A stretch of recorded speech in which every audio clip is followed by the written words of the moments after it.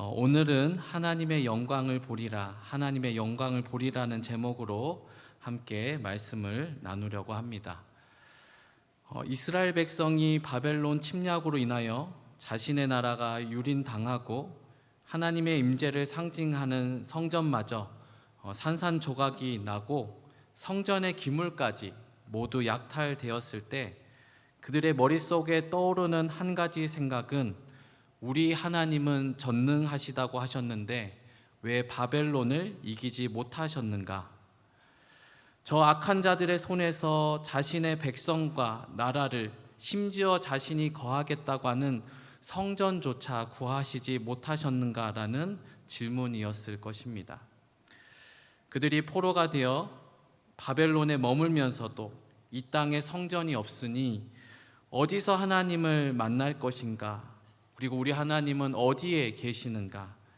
우리 하나님은 바벨론의 신보다 약하고 무능한 신인가라고 하는 끊임없이 이루어지는 마음의 고민과 항변과 질문 앞에서 더욱 무너질 수밖에 없었을 것입니다. 어떤 이스라엘 백성의 사람들은 우리 하나님은 아무 능력이 없구나 하면서 바벨론, 당시 최고의 세상의 문화를 가진 그 나라에 동화되어서 하나님 계시지 않으니 나는 세상의 최고의 것을 누리며 살겠다고 하면서 바벨론에 점점 동화된 사람이 있을 것이고요. 어떤 사람은 차마 이방의 문화인 바벨론 문화에 동조할 수 없지만 그럼에도 불구하고 내 속에서 풀리지 않는 질문, 그 의구심, 우리 하나님은 강하신가라고 하는 이 질문에 대해서 답하지 못하고 전전하며 바벨론 속에 갇혀 살았을 것입니다. 마치 이스라엘 백성이 애굽에서 430년 동안 종살이하면서 하나님 한번 제대로 예배하지 못하고 살았던 삶이 약 800년이 지난 후에 다시 반복된 것입니다. 그들 그토록 고통스럽게 했던 포로 생활이 다시 이스라엘 백성들에게 반복하여 일어난 것입니다. 에스겔의 말씀을 쭉 읽어가면서 저에게도 에스겔이 가졌던 그 질문, 제 마음에 해결되지 않는 그 질문이 많다라고 하는, 그리고 비슷하다라는 것을 느끼게 되었습니다. 하나님이 강력하시고 전능하시다고 한다면 어떻게 지금 시대의 교회들이 무너질 수가 있는가? 왜 하나님은 세상의 조롱 속에서 하나님의 위대하심과 강하심을 나타내시지 않는가? 교회는 계속 이런 수치 속에 있어야만 하는가라고 하는 생각들입니다. 소망을 가지려고 애를 써도 소망을 발견하지 못하고 자꾸 위축되는 저 자신을 발견할 때가 있습니다. 우리 하나님은 위대하십니다라고 하는 강단의 선포가 있음에도 불구하고 그 말씀의 위로를 받기보다는 오히려 탄식하는데 빠져나갈 때가 있습니다. 에스겔이 무너져 내리는 성전을 보면서 그리고 무기력하게 포로로 끌려가면서 생각했었던 우리 하나님은 살아계시고 강하신가라고 하는 이 질문이 지금 시대를 살고 있는 저에게도, 때로는 절망의 길을 가고 있는, 때로는 교회의 모습 가운데서 한탄하며 눈물 흘리고 계신 우리 성도님들 속에서도 동일하게 떠오르는 질문이 아닐까 생각해 봅니다. 이런 답답함 속에 에스겔은 그발 강가에 있었을 때 여호와의 말씀, 결국 이 질문에 대해서 답해 줄 수 있는 하나님 그분께서 나타나셨습니다. 그리고 환상 속에서 하나님께서 에스겔에게, 그리고 많은 백성들이 가지고 있는 하나님에 대한 이 질문, 우리 하나님은 무능하고 약하셔서 성전이 무너졌는가? 왜 성전은 무너졌는가라고 하는 그 질문에 대해서 차례대로 대답해 주십니다. 우선 에스겔 1장에서 하나님은 압도적인 영광을 보여주십니다. 에스겔 1장 26절에서 28절의 말씀을 보게 되면 그 머리 위에 있는 궁창 위에 보좌의 형상이 있는데 그 모양이 남보석 같고 그 보좌의 형상 위에 한 형상이 있어 사람의 모양 같더라. 내가 보니 그 허리 위에 모양은 단쇠 같아서 그 속과 주위가 불 같고 내가 보니 그 허리 아래의 모양도 불 같아서 사방으로 광채가 나며 그 사방 광채기의 모양은 비 오는 날 구름에 있는 무지개 같으니 이는 여호와의 영광의 형상의 모양이라. 내가 보고 엎드려 말씀하시는 이의 음성을 들으니라. 아멘. 하나님께서 의심하고 있는 에스겔에게 환상으로 직접적으로 보여주십니다. 하나님의 압도적인 위엄과 그리고 하나님 스스로 계신 것을 넘어서서 주변에 있는 그 그룹과 천사들의 경배를 받으며 어엿하게 살아계신 하나님의 모습을 보여주면서 우리 하나님이 살아계신가라고 하는 첫 번째 질문에 대해서 우리 하나님은 위험찬 모습으로 보여주시며 대답을 하고 계십니다.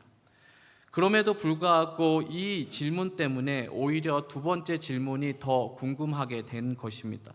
우리 하나님이 이렇게 위험차게 살아 계시다고 한다면 우리는 왜 포로가 되었는가? 우리는 왜 망하게 되었는가라고 하는 질문인 것입니다.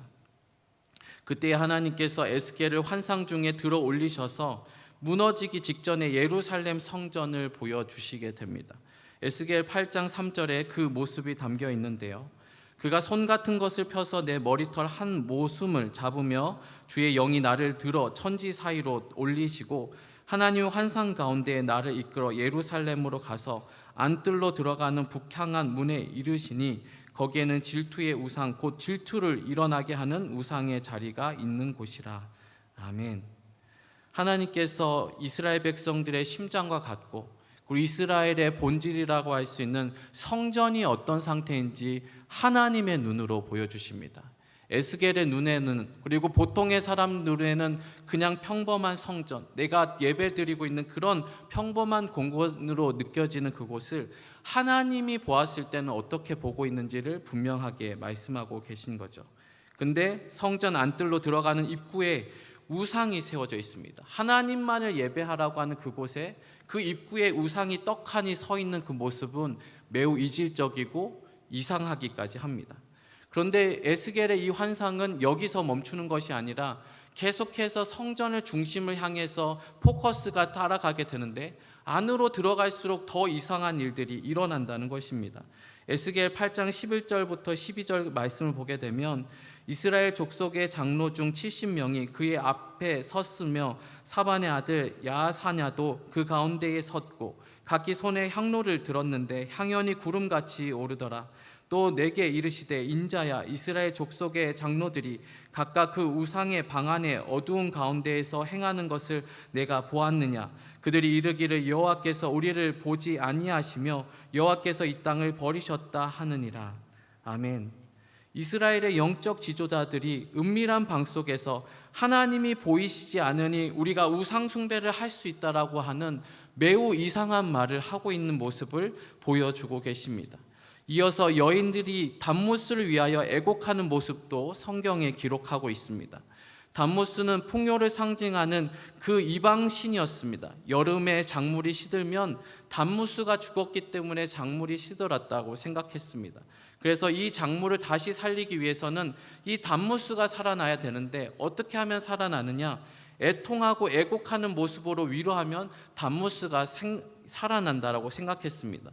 그래서 단무스를 살려서 우리의 죽어가는 작물을 살리기 위해서 이 이스라엘 여인들이 이 이방신을 위하여 애통하는 모습을 더 성전 안으로 들어갈수록 이 모습을 보여주고 있는 것입니다. 그리고 마지막에 성전 안뜰에서 약 25명의 사람들이 성전을 등지고, 하나님을 예배하는 사람은 어디를 바라봐야 되죠? 네, 성전 안, 바로 지성소, 주님의 임재를 바라봐야 됨에도 불구하고 성전을 등지고 낯을 동쪽으로 하여 동쪽 태양에게 경배하는 모습을 보여줍니다. 에스겔 8장 16절 말씀인데 우리 같이 한번 읽어보겠습니다. 시작. 그가 또 나를 데리고 여호와의 성전 안뜰에 들어가시니라. 보라, 여호와의 성전 문 곧 현관과 제단 사이에서 약 25명이 여호와의 성전을 등지고 낯을 동쪽으로 향하여 동쪽 태양에게 경배하더라. 아멘. 태양 숭배까지 성전에서 이루어지고 있는 것입니다. 이것이 바로 이스라엘 백성들이 그들의 눈에는 보이지 않았었던 하나님이 보고 있었던 이스라엘 백성의 실상이었습니다. 하나님의 눈에는 이 모든 것이 적나라하게 보였던 것입니다. 그리고 이 모든 실상을 보이면서 하나님의 마음을 에스겔에게 보여줍니다. 에스겔 8장 17절에서 18절 말씀에 또 내게 이르시되 인자야 내가 보았느냐 유다 족속이 여기에서 행한 가증한 일을 적다 하겠느냐. 그들이 그 땅을 폭행으로 채우고 또 다시 내 노여움을 일으키며 심지어 나뭇가지를 그 코에 두었느니라. 그러므로 나도 분노로 갚아 불쌍히 여기지 아니하며 긍휼을 베풀지도 아니하리니 그들이 큰 소리로 내기에 부르짖을지라도 내가 듣지 아니하리라. 아멘. 이스라엘 백성들이 포로로 잡혀가면서 생각했습니다. 하나님이 능력이 없으시다. 하나님이 우리를 버렸다. 그런데 실상을 보게 되니까 이스라엘의 하나님이 이스라엘을 버린 것이 아니고 이스라엘 백성들이 그 성전 한복판에서 하나님을 버려 나가고 있었습니다. 그곳에서 담모스를 위하여 애통하고 태양신을 위해서 절하면서 사실은 하나님이 이스라엘 백성들을 그 공간에서 밀어낸 것이 아니라 이스라엘 백성들이 하나님이 필요 없다, 무능한 하나님이시다라고 하면서 그들의 선언으로 하나님을 가두고 있었던 것입니다. 하나님은 전능하시고 자유롭게 그 모든 일을 행하실 수 있음에도 불구하고 그 은혜로, 그 능력을 받아서 그 임재로서 자유롭게 하나님의 활동을 행함으로 하나님의 강함과 위대하심을 찬양하고 드러내야 될 그 통로된 이스라엘 백성들이 그 하나님의 능력의 통로가 되지 못하고 오히려 하나님을 우상 숭배와 그리고 그 조롱과 우리 하나님은 능력이 없으니까 내가 담무스에게 절해야겠어, 우리 하나님은 내가 원하는 거 이뤄주지 않으니까 태양신에게 절하겠다고 하는 그 말들로 하나님을 철저히 꽁꽁 묶고 무능한 신으로 만들어서 아무것도 할 수 없는 신으로 만들고 공간을 주지 않았기 때문에 우리 하나님은 그 이스라엘 백성들을 인격적으로 대하는 아버지처럼 그 자리를 비껴날 수밖에 없었던 것입니다. 사랑하는 성도 여러분, 아버지는 자녀를 너무 사랑합니다. 그래서 자녀들이 아버지나 어머니에 대해서 심한 말을 하게 되면 매우 모욕을 느끼고 수치를 느낍니다. 그래서 자녀들을 초달하고 바로 세우기 위해서 이야기할 때가 있습니다. 그런데 그것이 도가 지나쳐서 아버지의 고유의 영역을 침범하고 어머니의 고유의 영역을 침범해서 아빠 필요 없어요, 어머니 필요 없어요, 저는 스스로 살아갈 수 있어요. 그리고 옆에 있는 아저씨는 정말로 힘있고 멋진 아버지라서 다 해주는데 우리 아버지는 해줄 수 있는 것이 아무것도 없는 것 같아요. 아버지 필요 없어요, 아버지 나가세요라고 얘기를 한다고 한다면 아버지가 그 자리를 비키실까요? 아니면 그 자리에 머물러 계실까요? 아마 가슴이 너무 아프셔서 그 자리에서 비키시지 않을까 생각이 듭니다. 힘이 약해서가 아니고요, 너무 가슴이 아파서, 그리고 그 자리를 주지 않는 그 자녀의 그 모습을 차마 볼 수 없어서 그 자리를 비키지 않을까 생각이 듭니다. 근데 이스라엘 백성들이 하나님에게 보여준 자세와 태도가 마치 이와 같았습니다. 우리 하나님은 전능하십니다. 그리고 우리 하나님은 스스로 계신 분이십니다. 자신의 계획과 뜻대로 움직이시는 분이에요. 근데 이 지점이 이스라엘 백성들에게 또 지금 하나님 믿고 있는 우리 성도들에게 있어서는 답답하고 힘든 부분이기도 합니다. 이게 왜 답답하냐고요? 하나님이 내 뜻대로 움직여주지 않기 때문입니다. 하나님, 저는 지금 사업이 어렵습니다. 지금 도와주셔야 됩니다. 하나님, 10일, 100일 지나서 도와주시면 내 사업이 이미 다 무너진 후에요. 하나님, 그러니까 지금 도와주셔야 돼요. 하나님, 이렇게 할 때가 있습니다. 하나님, 제가 지금 취업을 해야 되는데요, 1년이 넘었어요. 하나님, 전능하시다면서요, 저 정말 사랑하시다면서요, 그러니까 1년 안에 취업하게 해주세요. 하나님 전능하시잖아요. 도와주세요. 또 우리 가운데 있는 마음의 소원함과 간절함이 있습니다. 그것이 너무 크다 보면은 하나님이 누군지는 중요하지 않습니다. 하나님이 어떤 계획을 갖고 계시고 어떻게 느끼시고 어떤 생각으로 나를 대하고 있는 것은 중요하지 않습니다. 내 소원이 너무 중요하거든요. 내가 너무 중요하거든요. 내 자녀가 너무 중요하거든요. 내 삶이 너무 중요하거든요. 하나님, 내 뜻대로 해주셔야 돼요. 내 뜻대로 해주셔야 돼요. 근데 하나님 안 도와주시면 다른 방법 찾겠습니다. 더 좋은 방법 제가 찾아보겠습니다. 옛날에 이스라엘에 담무스라고 있더라고요. 옛날에 이스라엘 태양신이라고 있더라고요. 태양신은 누구의 신입니까, 여러분? 애굽의 신입니다. 애굽의 나일강 마르지 않습니다, 여러분. 얼마나 멋집니까? 매번 범람해서 풍요를 줬었던 그 태양신, 그 범람케 하는 그 풍요함. 근데 하나님이 다스리고 있는 이스라엘 땅은 그렇지 않아요. 강이 계속 흐르는 곳이 아니에요. 이른 비와 늦은 비라고 하는 물을 저축치 못할 땅이기 때문에 하나님이 반드시 비를 내려주셔야지만 그것이 존재할 수가 있어요. 결국 하나님의 은혜가 아니면 살아갈 수 없는 땅이 바로 이스라엘 땅입니다. 하나님께서 일부러 이스라엘 백성들을 그 땅에 주셨어요. 근데 이스라엘 백성들이 보기에는 내가 있는 이 땅은 너무 안 좋아요. 왜냐하면 내가 원할 때 비를 주는 게 아니고 하나님이 원할 때 비를 주니까 별로 좋지 않아요.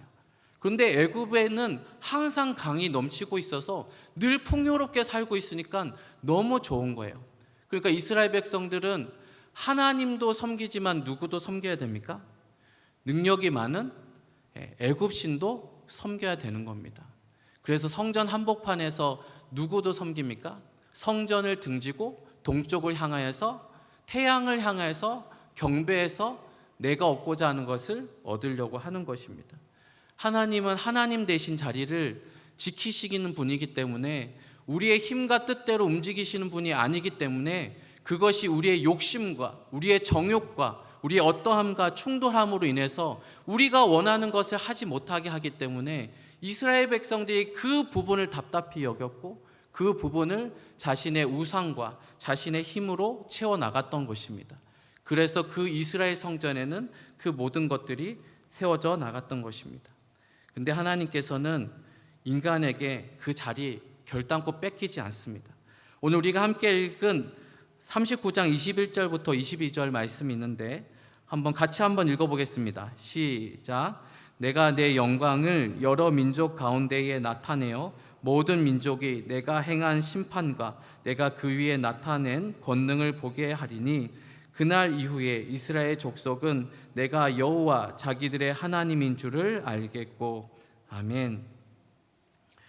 이 말씀을 통하여서 하나님께서 보여주십니다. 그래, 내가 어떤 하나님인지 보여줄까? 라고 하면서 하나님께서 바벨론을 어떻게 사용하셨는지 그 에스겔 말씀을 통해서 하나하나 풀어가시기 시작합니다.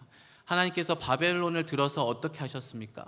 두로와 시돈이라고 하는 그 당시에 강력했었던 항구 도시를 다 깨부십니다. 그리고 그 다음에 이후에 있었던 에돔 족속도 깨부십니다.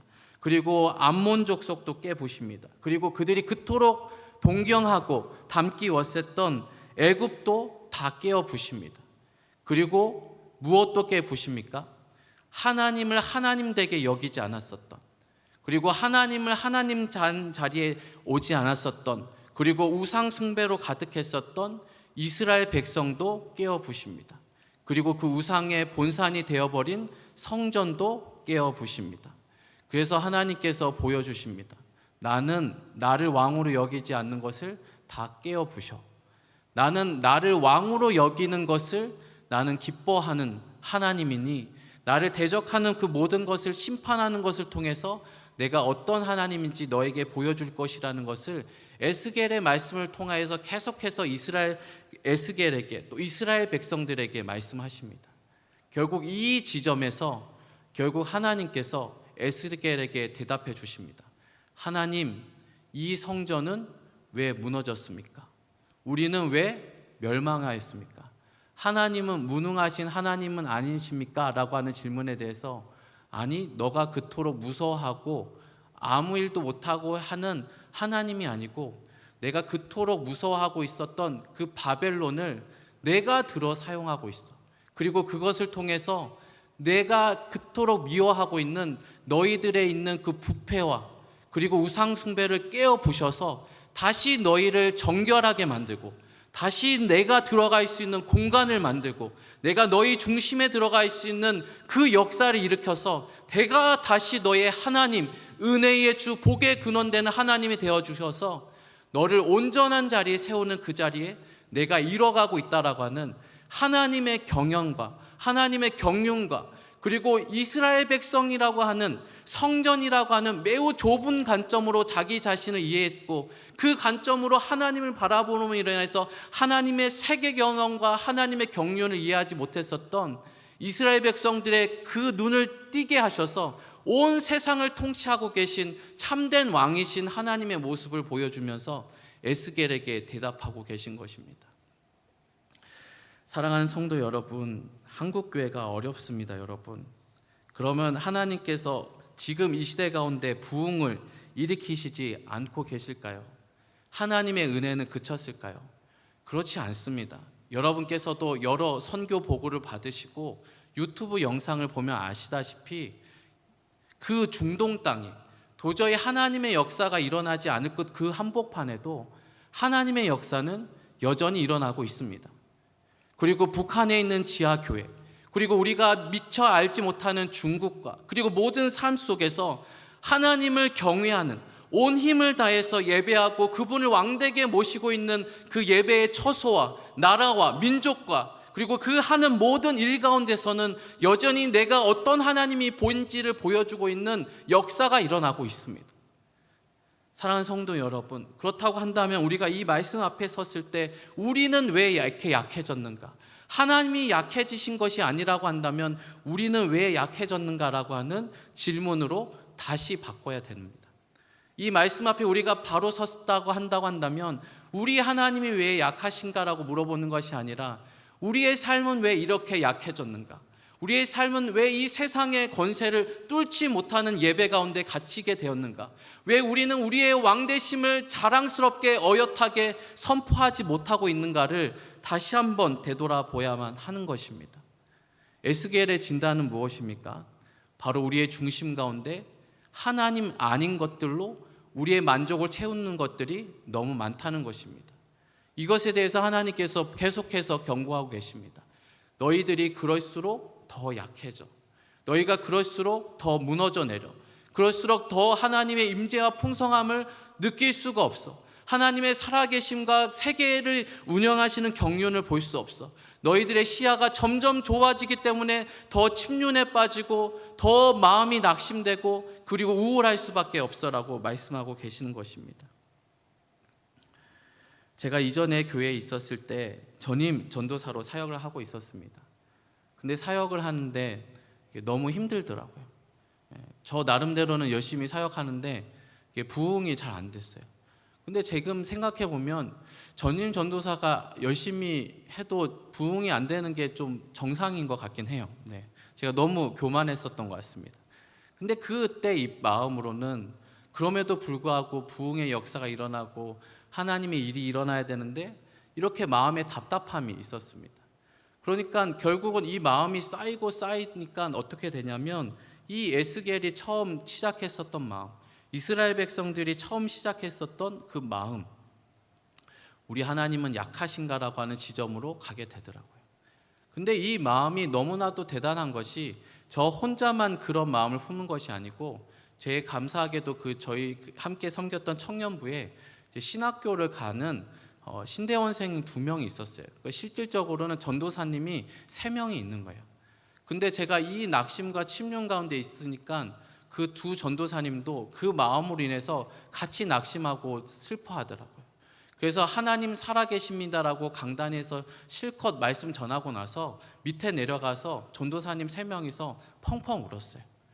하나님 안 살아계신 것 같아서, 하나님 안 도와주시는 것 같아서 너무 속상하고 너무 괴로워서 울었었던 기억이 납니다.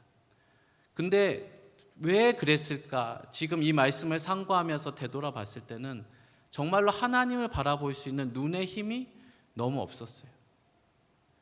연단받지 못한 심령으로 있었어요. 현실을 이겨낼 수 있는 말씀이 능력이라는 것을 실제로 신뢰하지 못했어요.